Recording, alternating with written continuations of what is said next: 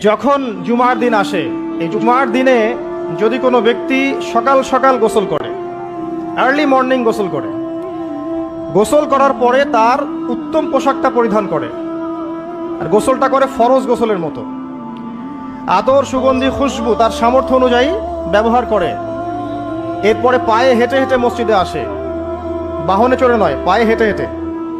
যদি আপনি অনেক দূরে থাকেন সেটা আলাদা কথা। এবং ইমামের কাছাকাছি বসে, মসজিদে আসার পরে যতটুকু সম্ভব হয় সুন্নত পড়ে নিল, নফল পড়ে নিল, এরপর ইমামের কাছাকাছি এসে বসলো। ইমামের খুতবা শ্রবণ করে মনোযোগের সাথে। খুতবা শ্রবণ করার সময় কাউকে কষ্ট দেয় না। কাউকে কষ্ট দেয় না মানে হচ্ছে যে কেউ কথা বললে তাকে এতটুকু বলে না যে তুমি চুপ করো, কোনো কষ্ট দেয় না।